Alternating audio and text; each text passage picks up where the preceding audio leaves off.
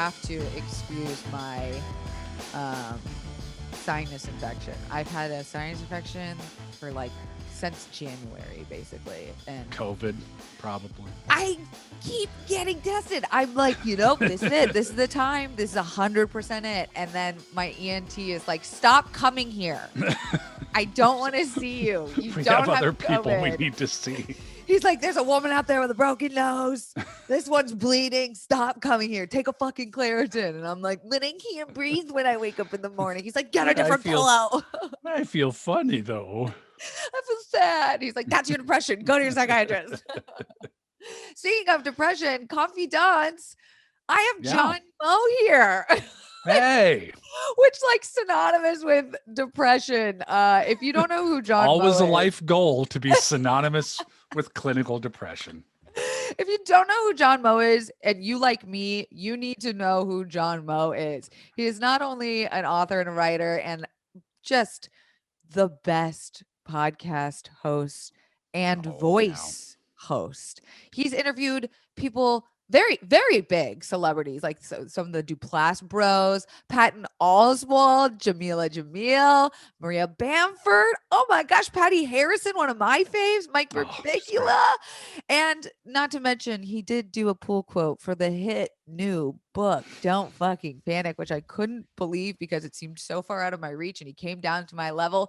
And he has a new podcast out today called DEPRESH MODE. John Moe, you're here. Hello, and you're here on DEPRESH MODE. Our episode with you drops on the very first day. Wow. So Patton Oswalt episode and Kelsey Darragh episode on the same day. Thank you for saying my last name right. It flows so easily Darragh. out of your mouth. With a name like John Moe, you really can't fuck that up, huh? It's been done. I've had substitute teachers say Moe. Oh, like, put a little spice on it. I guess. No, it's like the Stooge, Moe. Do you have an insane middle name? Just like Alexander Sebastian Christopher. I wish. No, it's Erling, which is my father's name. My dad was Erling John Moe, and he's my parents are Norwegian, so it's what I actually think that is super fancy. Erling is like Erling. Beautiful. It's nice, isn't it? Yeah. You sound like you own a castle. Well, there's some big soccer star named Erling from Norway, and he's like 19 years old, and he's just a phenom. And it's weird because whenever I hear about him, I just think of my dad, who was. Are you telling people that's your son? You should. I should. Yeah. That my own 20-year-old son might get a little offended. But. Well, I'm glad you brought up that you have kids because that was a question I have saved for later. But let's just dive into it, shall we? Sure. My connection to you, I'm not kidding when I say I truly thought you were out of my reach. I put you in such high regard of important journalistic work that I didn't even think you had social media, because you know how those reporters sometimes are too good for those things. But you are a bit of a classier podcast host in that your structure is you're a great storyteller. And thank you. When I first Googled podcasts about mental health, yours was the only one that came up. And now when I think of you, I think of depression. What is that like to be known for depression? Well, it's self-created. I mean, I had spent a lot of years. Well, I was an actor for a while, and then I was at Amazon. I was an editor at Amazon for a while when I started to write more, and then I ended up in public radio, and so I would cover various stories. I hosted some news magazine shows, and ran a tech show for a while, did a comedy show for a while, and I had I'm very, very curious about a lot of things all the time. And went to a liberal arts college, so you never really specialize all that much. But I noticed, and this was only about 10 years ago, I noticed that whenever I would talk about mental health on social media, or I would be invited to talk to a group or something based on my writing about it, my experiences with it. Mm, There was a real hunger for it. And mm. I think I can string together a sentence pretty well, but I think Yes. it's also a societal hunger for it. Uh, Like, it's a right. topic people have been dying to talk about. And- Literally. yeah, dying because they didn't talk about it. And Right. and so it was. I was like, well, I'll just lean into this. And initially when I started podcasting, it was like, well, I want to do a podcast. What kind of topic should I pick?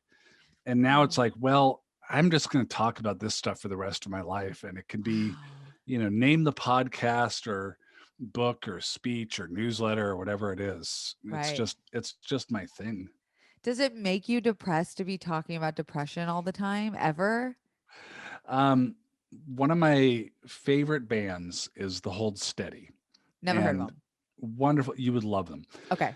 And New York based band, but the singer and songwriter is from Minneapolis, and I've gotten to know him, Craig Finn. And in one of his songs, he says, "Do you want me to tell it like it's boy meets girl and the rest is history, or do you want me to tell it like a murder mystery? No, I'm going to tell it like a comeback story." Ooh. So for me, all the mental health topics I do are comeback stories. Oh. And so I'm just emboldened and I'm strengthened by the Mm. topic. It can wear you out, but also, like, even if I'm talking to somebody who is in rough shape and doesn't know Mm. what the future holds, Mm. they're putting it out there to help other people, to help themselves, to help their understanding. Mm. So I think it's the work I do is never based on somebody uh sitting alone in a room. It's based on, except me right now. um Same. but it's about somebody trying to get better, and even that effort, I think, is a tremendous inspiration. God damn, that was beautifully put. You really do have a way with words. So, what's your comeback story? Wow, there's been a few. I mean, the the the shortcut version is I had been dealing with something since like Mhm. seventh grade. Something Mm. like dehumanizing, frightening, alien, other. I didn't know it was depression. And Mm. so I stuffed it down deep inside. As we do. As we do, because the last thing you want to do when you're a kid is stand out in a crowd. Oh, I God. mean, God forbid, terrifying. Um, and I found that I had a knack for uh, performing and presenting myself. So, like, I could get, I was cast in plays and I could Yes. do stuff there. I was good at giving speeches. I grew up with a lot of comedy all around me and I loved it. And Mm. I was pretty funny. And so when you have all that going for you, you could just say, well, I'll just put on a performance all the time, All day. all day. Oh, And, no. and it worked. And only when I was about in my mid 30s, Ooh. I know, Ooh. um, That's a life, long time for it to work. I'm not somebody who catches on to things very fast. Like, every M. Night Shyamalan twist blows my mind. I'm not Oh, expecting God. That is such a personality trait for it. you to like put I'm in your bio. I'm stunned every time. Like, I'll look over at my wife and she's like, "Yeah, I figured it out at the beginning of the movie." Um, but anyway, so in my mid 30s, I was the stresses had started to pile up, and Mm. that breaks down your sort of retaining wall a little bit. Yeah. And so I was married, we had kids, I owned a home, I was having a job that I needed to take seriously as a career thing, and it all caught up with me and I started to fall apart. Mm. And Ugh. my wife said, Jill said, well, I think you might have depression. And I said, Mm. well, no, I'm not sad. I'm just inexplicably angry all the time. And I'm Interesting. agitated. I thought that the condition of depression and the Right. mood of depression were the same thing. They're not. Oh, go Yeah. on. Well, I mean, it could take a lot of forms. Mm. You could have the mopey despair, but, like, I could always get out of bed. I've never had a problem getting out of bed. Mm. Mhm. It's just that I was distracted. I was angry. I couldn't sleep. I Ooh. wasn't violent, but I was just like mad all the time. Ah. Um, and and I said, "Well, no, I'm fine. It's just a stressful time." And she's like, "Well, we have two kids. It's going to be a stressful time for a long For at time to least come." 18 years. Yeah, and it's been like this for a while, so that doesn't hold water. And honestly, and I thought, well, I don't want to go into a doctor for two reasons.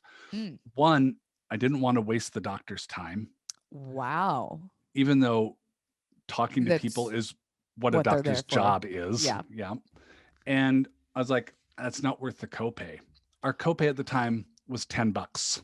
Oh, first of all, wow, Yeah. $10. Good I for wasn't you. worth a Hamilton to myself.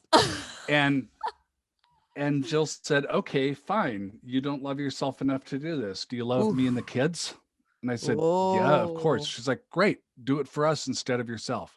Ooh, how did that make you feel? She got me, Damn, she like, got you. when you've been outmaneuvered, you just have to knock the king over and take the L. You gotta So, just admit it. and Gotta so, go.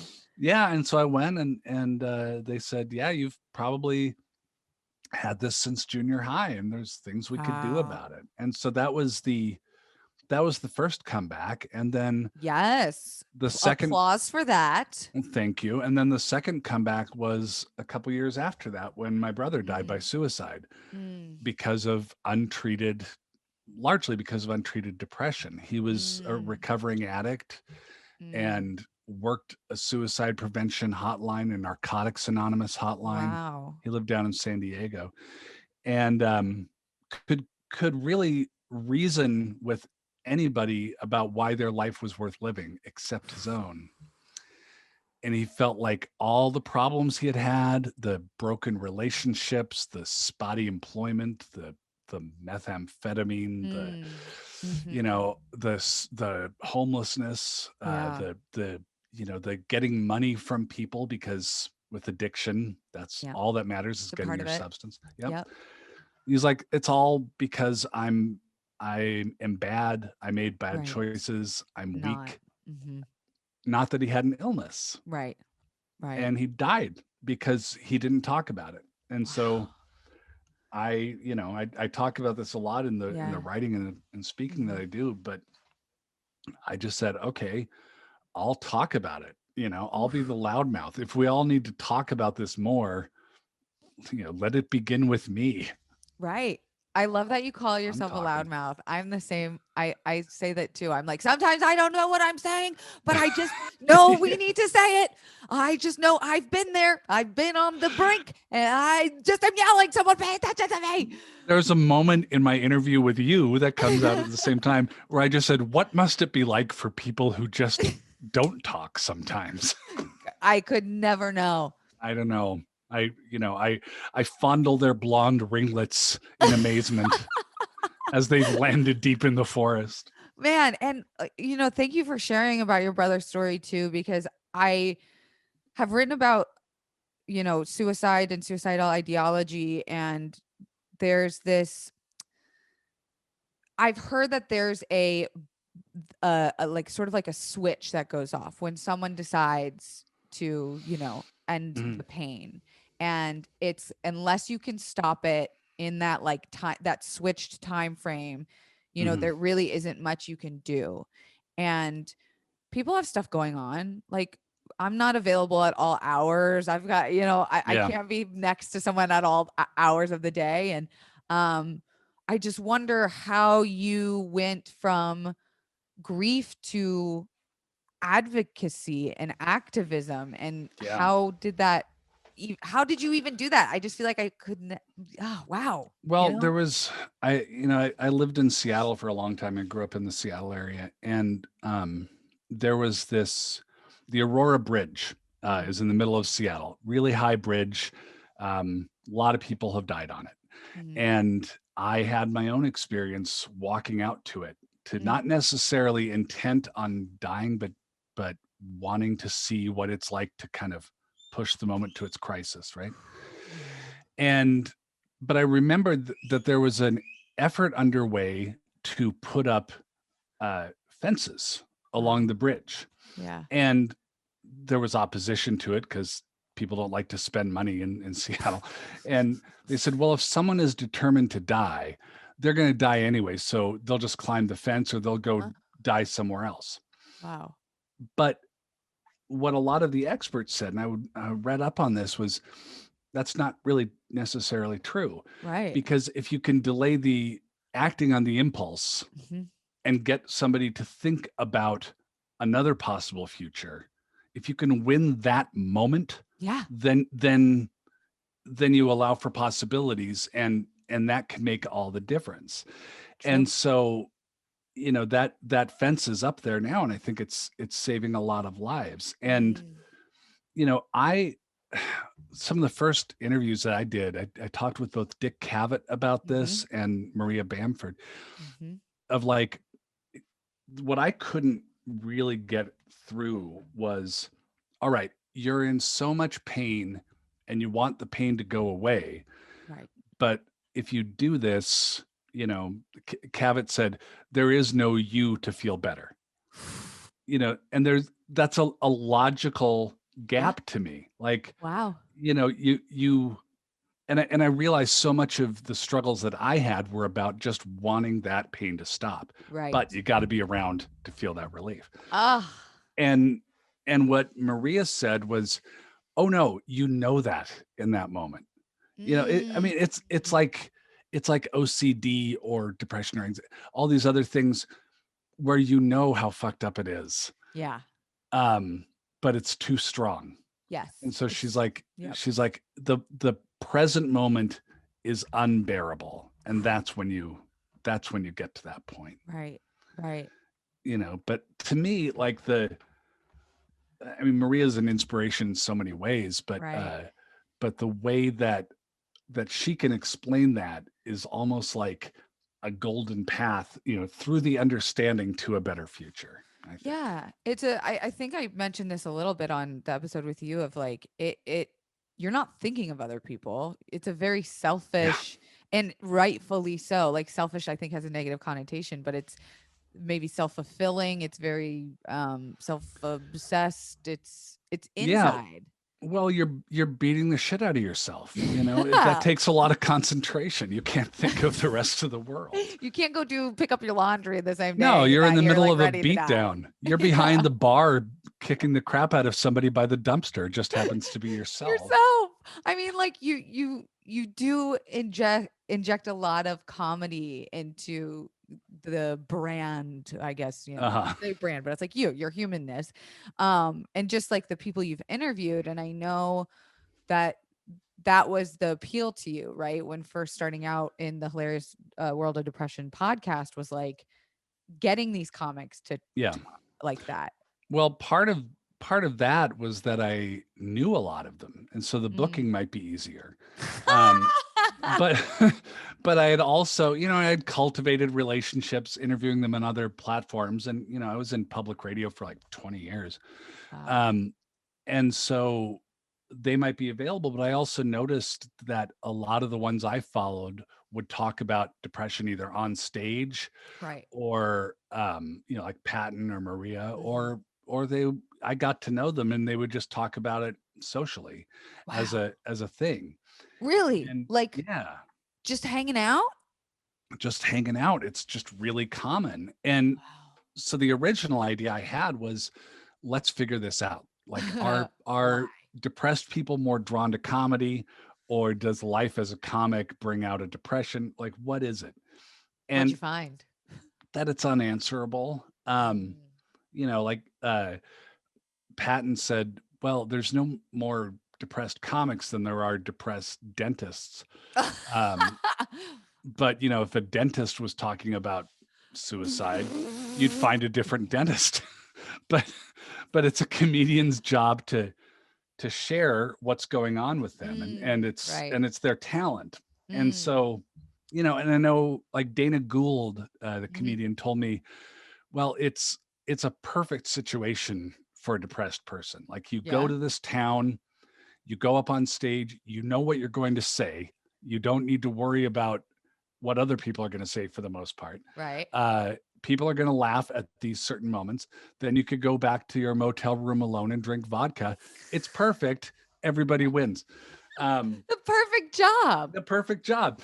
But what I found, the more I talked to people who were storytellers, like Right. whether they were novelists, musicians, like singer-songwriters, comedians, is that they could explain the human condition, or they could Oh, illustrate the human condition. And yeah. that's what I really wanted. Like I think I'm interested in the science of depression. I'm interested in the Yeah. brain chemistry. I'm not the best person to talk about that, We're not doctors. but in terms of like getting people to share the lived experience, Right. I think that's that's a hole that some of us have been trying to fill. Yeah, because I had a like ironically depressing conversation with my partner the other day just about like, in spiritual awakening and kind of stoicism, it really is the conclusion in all these books that nothing matters, right? Yeah. Like we're just on a rock Right. floating through space. Yeah. But like, why do we want to create joy in those moments in between? Like, why didn't we choose like the Justice League underworld side and just go like, no, let's just fucking wreak havoc, like fuck the world? Like, why did we choose to try to fight for joy and laughter? I think maybe because we know that we're just this a temporary assembly of carbon, um, that will one day collapse and then reform into something else. Right. I mean, I think it might, like, I think a lot of creating things, whether it's a podcast or book or a painting or whatever it is a bid for some degree of immortality, or There you to go. stretch out your mortality. But I Legacy. think but I think it's also just to make things a little more fucking pleasant Yes. than they would otherwise Right. be. I Yeah. mean, And in a world right now, I mean, to bring the conversation a little bit to today, yeah. what are we supposed to do when everybody is feeling the collective fuckery and sadness? And I'm not expecting you to solve it for me, but I Yeah. was really hoping maybe you had a little something you could share. Yeah.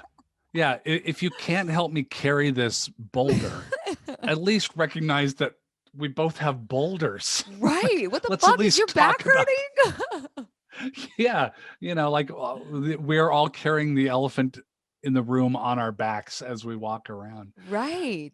I mean, I had this moment before I started the last show. This was 5-6 years ago now, where my family my family was on vacation. I have 3 kids. Me and my wife have 3 kids, and we do we don't do it anymore, the typical mom and dad thing of like, let's go on interminable road trips, and Oh, that will be fun for you somehow. I Jesus. know, we're those I'm doing dicks. one later this year to Okay. Yosemite with my father, and it's a fulfillment for him that I am giving him. Oh, that's so kind of you. You're We were welcome. we were on our way back from the West Coast, driving back to Minnesota, Grand Tetons National Park. Beautiful. And Jill started to get this pain in her stomach that we chalked up to bad hot dogs, Oh, well, and went to see urgent care in Jackson Hole, Wyoming, another and beautiful place. beautiful place. And the beautiful doctor said, "Oh, that's a stomach flu. It's Okay. certainly not appendicitis." Okay. It was appendicitis. Of course it was.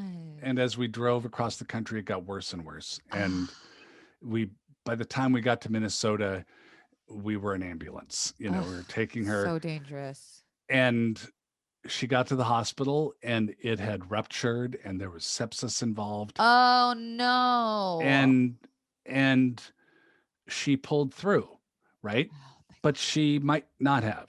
right. And it was this thing for me of like, oh shit, we're all walking in traffic. We could all get hit by a bus. Right. There's no guarantees in any of this. So what are you supposed to do here? Yeah. Like, okay, we're here on this spinning rock. We are Uh-huh. carbon piles, Yeah. the fuck are we supposed to do? Yeah. And so, this is a midlife crisis without the convertible or the affair, basically, that I was having. No one's And getting anything. No one's orgasming out of this, which is no, bullshit. certainly not. Certainly not. And, I thought logically about it. And I thought, well, maybe you're just supposed to help carry the load for other people. Damn. Maybe maybe that's enough. Maybe you don't need Mm. to, make $1 million. Maybe you don't need to be the best in the world at whatever your profession is. Mm. Maybe you don't need to be, like work out and have the perfect body. Maybe you just need to fucking help. Yes. Maybe you need to make things a little bit better than they would otherwise be if you weren't Right. doing it. Yeah, and life is already so hard on its own that to add a global pandemic, Yeah. mass shooting, racial injustice and inequalities on top of it, and I've said this a million times in interviews, but I think because it's gotten so bad, there Mhm. has shown this community and light and forced people, whether they liked it or not, to recognize what was important to them on this spinning rock and carbon skin body. It's a survival mechanism. Mm, I mm, think we're trying to survive because mm. I was talking with Ken Duckworth, who's the medical director for NAMI, National Alliance on Mental Love Illness. it. And I was talking about the trauma of the pandemic and the legacy we're going to have to carry through. And you and I talked about this. Like, will Yeah. we be the flapper gin joint generation, or will we be hoarding pizza crusts Yes. for eternity? Great Depression. Great Yeah. Depression. And I was telling him, like, everything I could think of that might compare to the pandemic, like social unrest and rioting, political upheaval, that has also been happening. Right. we have we Simultaneously. have had all that. Right. And it's bound to be causing like this existential unsafe feeling of, Right. where and I think what any species would do is bond together, strengthen Mm, numbers, and mm. try to protect each other. And Yeah. maybe we can, and I think we'll be messed up for a while. I Yeah. think we're going to need that for a while. Maybe we can hold on to a little bit of the Yeah. humaneness that represents. Absolutely. I mean, I wanted to ask too, like, what about your routine has changed for mental health in the last 2 years or, year and a half? My floor routine or my balance beam routine? Both. Okay. And just, routine is so important for people that discuss mental health, I think, for a Yeah, living. You gotta have a separation, right? you do. For me, what I've been focusing on the last couple years is trying to be in the present moment as much as possible, Mm, and trying not easy. to and the way I've been doing that is try to recognize the distortions that are happening. Mm, And so if I start to worry about something and then I start projecting out all the bad ways that can go in the future, mm, or and then thinking back, so that's like a an anxiety projection. sure. And then I start to backwards project more of a depression thing of Love that like for you. all the things that I've done wrong in the past that have led me to this bad moment. Right. That's it. It's a bunch of suppositions and misinterpretations and lies that Right. I'm doing in that moment, right? And But you're probably really good at it. I'm very skilled. Yes. Um, but but it doesn't help, and it's built on lies, and it's a distortion. So it's a matter of consciously catching myself in that Mhm, moment mhm. and then saying, okay, let's get back to the real moment here. Let's get back to what's happening right now. Like, if Yes. I'm worried about this, what do I actually verified know about this? And Right. and without like, oh, and then so and so is going to say this and is going to take this away from me. No, that hasn't happened. What do we know Yeah. right now? Yeah, like for being shitty crystal ball predictors, we still Right. seem to keep doing it for ourselves. Yeah. Well, and it's so much more work. Like Mm. it's why it's why people with depression and anxiety sometimes need to take all those fucking naps because we're exhausted. It's so much mental energy going out to All the fucking create those things time. all the Right. time.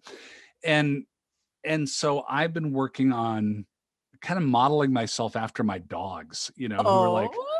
exist right in the moment and are Aw. just content being there because they can't go in the future and past. No, that's such a So good comp.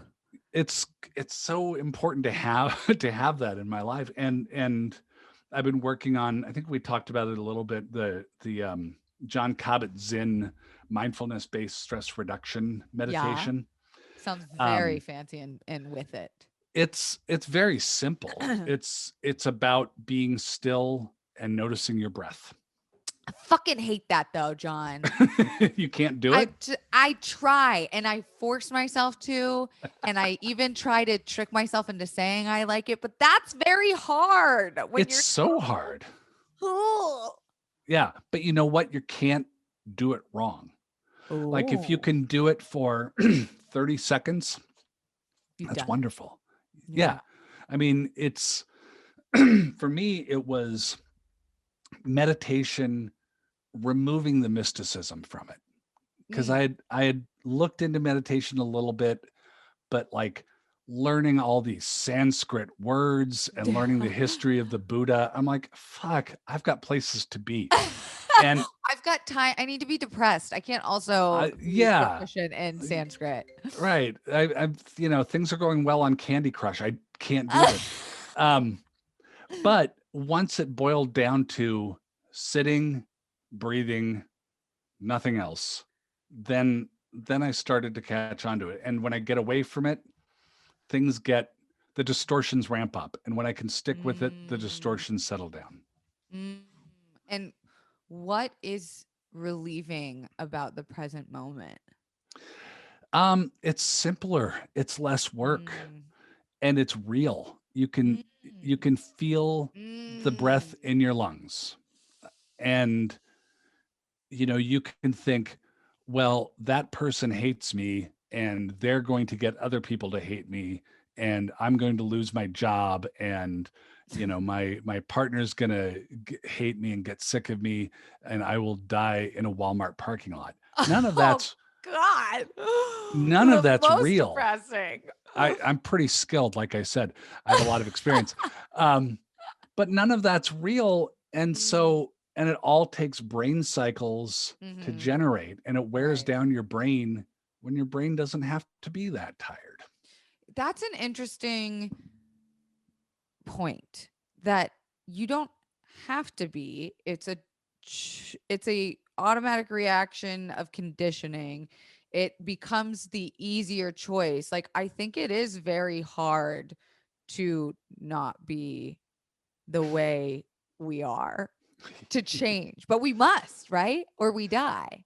Well, I think that the labor is put out there because we live in a chaotic universe, um, Mm, where there are variables, there are unknowns. It's terrifying. right. Um, and so I think, I mean, from friends I know who have OCD, I've Mhm. experienced it a little, but not much. Mm. But friends who have it in a serious way, it's like it's fucking scary out there. I'm going to try to Yes. control my environment, and if it Oof. means these light switches, and if it means these things Mhm. lined up, that's better than nothing. So I think we're trying to survive and navigate and organize a world that defies navigation Yeah, and we're organization. miracles. Like Yeah, the fact that you and I made it this far is fucking insane. I know. Like, look at It's us. We're true. thriving, dare we say. We're doing fine, I you mean, know. speaking of thriving, you have to tell me a little bit about depression mode because today's the day, baby. Are you It's so great. nervy? Like what happened from the last time you've been on air Mhm. to now? for you mentally? What brought you back? Like, Yeah. what are you excited for? So I worked at American Public Media for about 14 years Mm, and did a lot of different things there. COVID hit. mm, They didn't have as much money as they needed, mhm, and I got mhm, laid off, and the show mm. was canceled. Ugh. And You're like, you can't cancel a show about helping with people with depression right before a fucking global pandemic. But hey, right, yeah, and you can't cancel health insurance for a family of five. ay, ay, ay.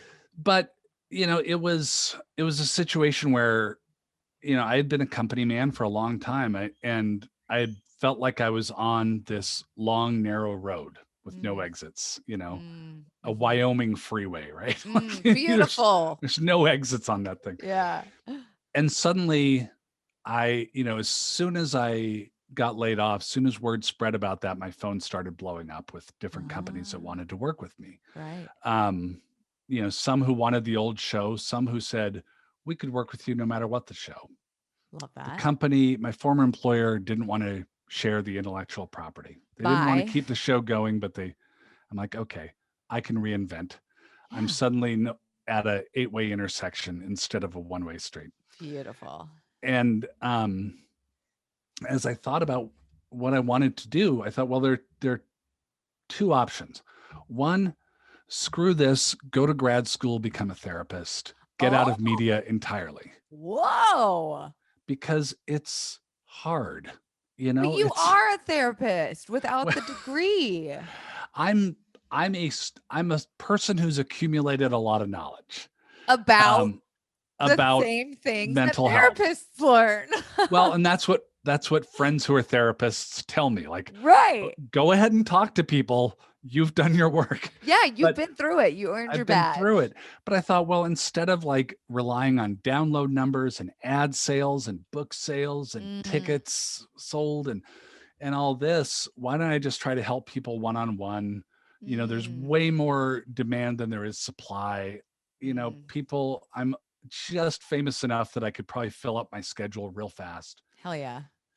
But then um, places like Maximum Fun, where I'm doing my show Yes. now, kind of showed me this model of like, okay, you make a show, you own that show. Wow, a concept. What's in that show, you decide. It belongs to you. If somebody wants to make a book or a TV show or anything out of it, you decide.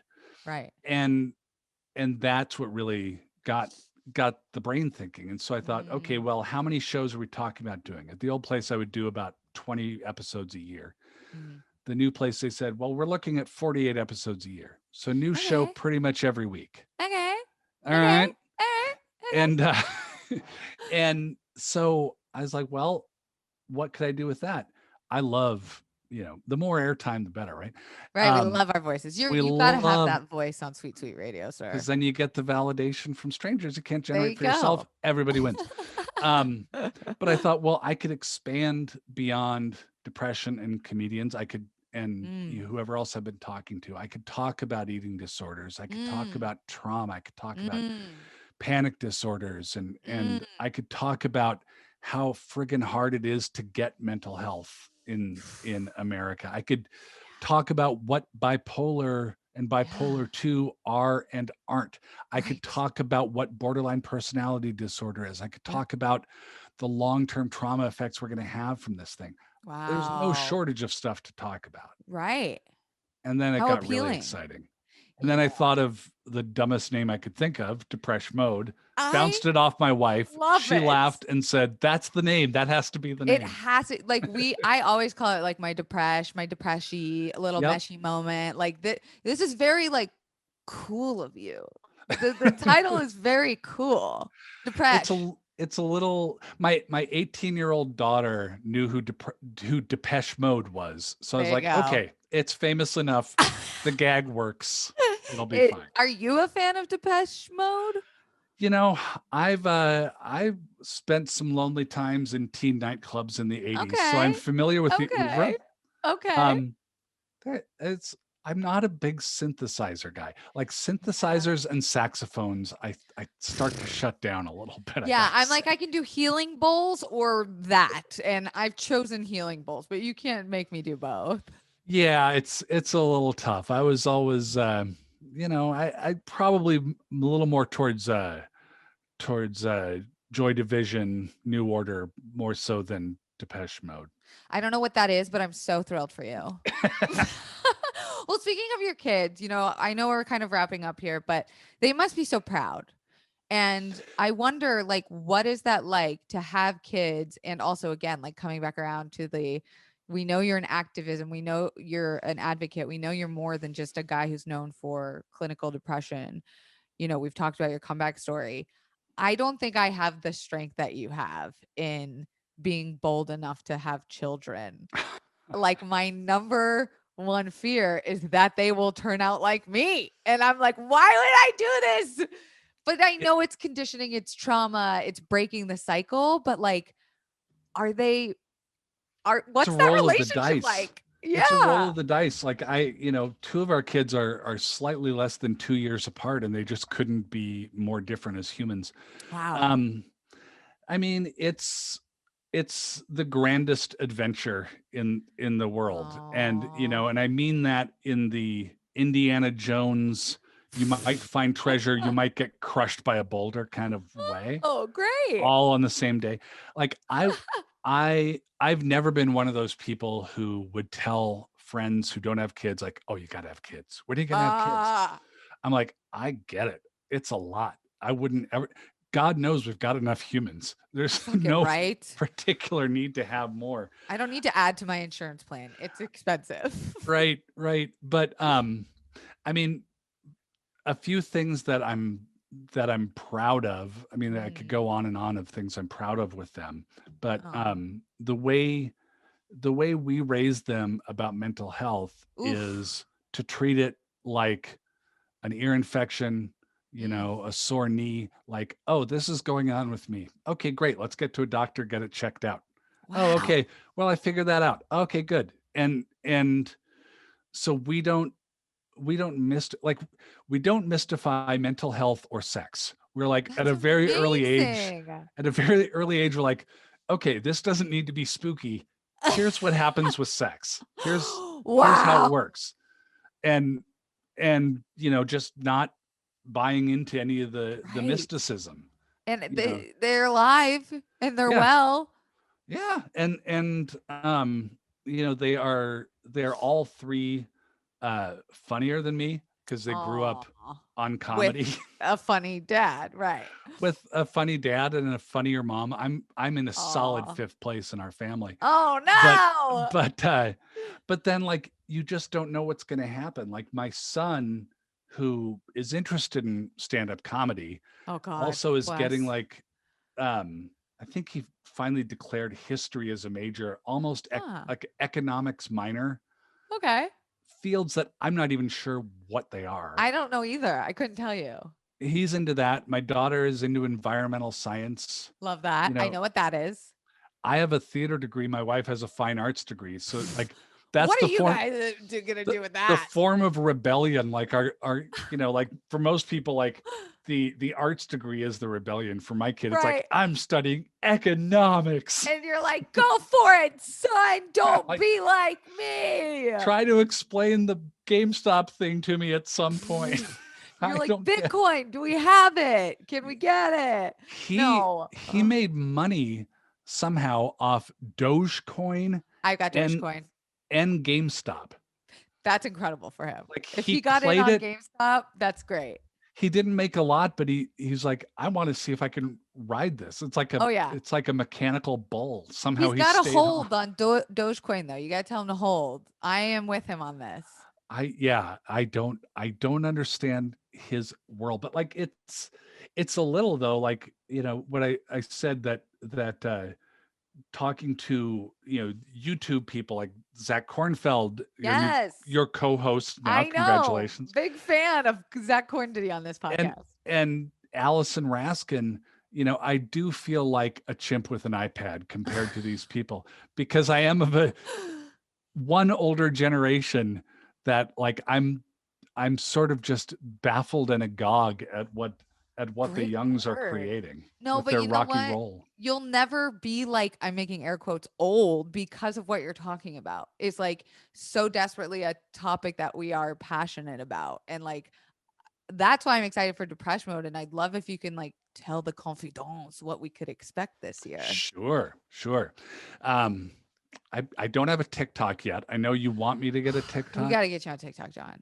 I'm scared to You will dance. blow up on TikTok. Therapist TikTok is the place to be. Is that the place to go? I Okay. just had it two therapists on yesterday. Both have 1 million followers on TikTok. I might need your consultancy. I am Um, here. so the show launches today, March Yeah. 29th, with Patton Oswalt and Kelsey Oh Darragh. my God, that's crazy. We've got a show on burnout the following week and just the Ooh. epidemic of workplace burnout and There you how go. the poison that's happening there. Yep. Who else we got coming out? Zach Kornfeld, Open Mike Yes. Eagle, Peter Sagal from Wait, Wait, Don't Tell Me. Yes.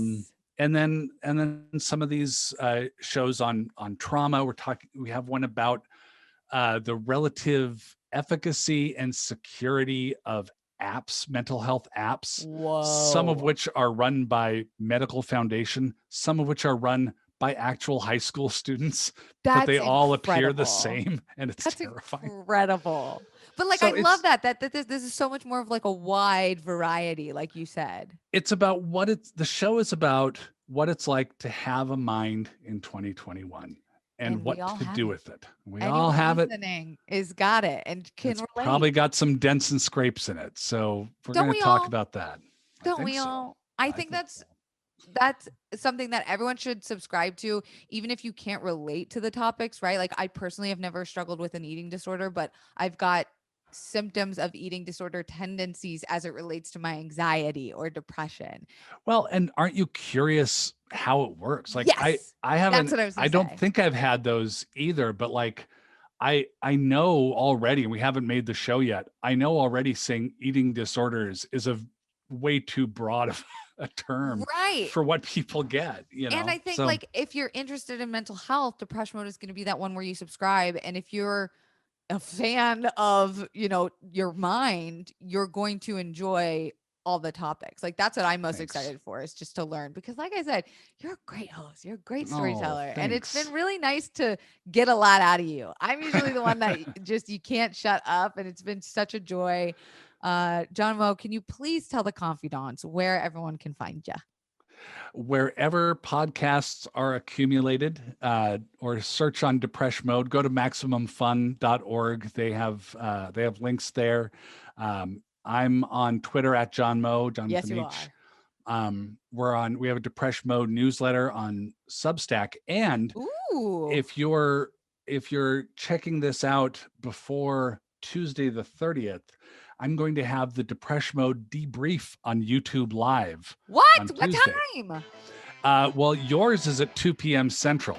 Oh my Patton's is at 1 gosh. p.m. Central. I gotta put it on my calendar. Yeah. Y'all put it on your Come on by calendar. and we'll talk about you. It'll be Oh awesome. my God, that won't be weird at all. Well, confidants, all of that will be listed in the description below. Please, please, please go give that a follow. Check out John's stuff. I think he's so fantastic. And plus, he liked my book, which means in my eyes, Love the book. I mean, Jesus Christ, like you can do no wrong. We should mention too that we got connected just On by Twitter, which somebody again, on Twitter who said you should just ask John. Yeah, I and you were said, like, okay, send it over. And I was like, wait, first of all, you have a Twitter. You're like a journalist. You have a Twitter. And second of all, I just sent it over and you were like, yeah, here you go. Bloop. And I was just like, We're like friends in science fiction, Kelsey. Like we're from different planets, yet somehow we are friends. and that's what I love is I'm like, oh my God, he knows who I am. I know who he is. We like each other's work. I'm We're very pals. happy. I'm very pleased with this relationship. It's going well. Well, thank you, John, so much again. Confidants, don't forget you can rate this 5 stars on iTunes. It really helps. And if it's not 5 stars, please don't rate it at all because I'm very sensitive. Speaking of sensitivity, you can go check out the merch now and go pick up Don't Fucking Panic while you're over there. And we will see you